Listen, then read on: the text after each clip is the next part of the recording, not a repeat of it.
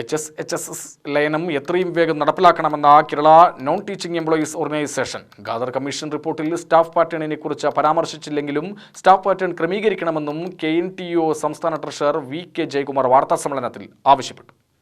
School college തലങ്ങളിലെ non teaching സ്റ്റാഫുകൾ അംഗങ്ങളായുള്ള KNTOയുടെ സംസ്ഥാന സമ്മേളനം ഏപ്രിൽ 28-29 തീയതികളിലായി പാലക്കാട് നടക്കുമെന്നും ഭാരവാഹികൾ അറിയിച്ചു.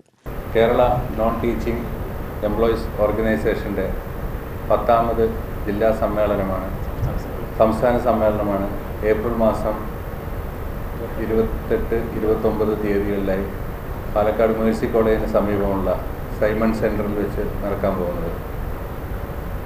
1996 സംഘടന രൂപീകരിച്ചത്. അതിനുശേഷം 2006 ലയന സമ്മേളനത്തോടെയാണ് തൃശ്ശൂരുള്ള കേരളവർമ്മ കോളേജിൽ വെച്ച് നടന്ന ലയന സമ്മേളനത്തിലാണ് KNTO Kerala state non teaching employees organisation എന്ന സംഘടന രൂപം കൊള്ളുന്നത്. സുഹൃത്ത് സമ്മേളനം, പ്രതിനിധി സമ്മേളനം, യാത്രയപ്പ് എന്നിവ സമ്മേളനത്തിന്റെ ഭാഗമായി നടക്കും. മന്ത്രിമാരുൾപ്പെടെ ജനപ്രതിനിധികളും രാഷ്ട്രീയ സംഘടനാ ഭാരവാഹികളും സമ്മേളനത്തിന്റെ വിവിധ സെഷനുകളിൽ പങ്കെടുക്കും.